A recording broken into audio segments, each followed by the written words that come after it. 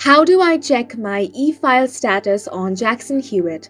Hi everyone, this is Alana from Create, Login and Delete. Let's jump right into the video. First of all, you want to open up any web browser and then head over to jacksonhewitt.com. On this web page, you want to click on the login/sign up option, then select My JH account option.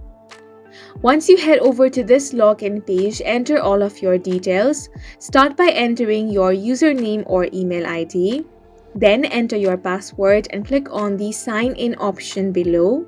In case you have forgotten your username or email, click on this link to retrieve it. If you have forgotten your password, click on the Forgot Password option to reset your password. Once you have been logged into your account, after you e-file, you can check the status of your tax return in Jackson Hewitt. You simply want to open your return, and then your e-file status should be the first thing you see. The IRS usually takes 24 to 48 hours to accept or reject e-file returns. Sometimes state returns can take several days or longer, so your status may show as pending for a while. If it is taking long time, you can contact the customer support of Jackson Hewitt. For that, you want to click on the Contact Us option.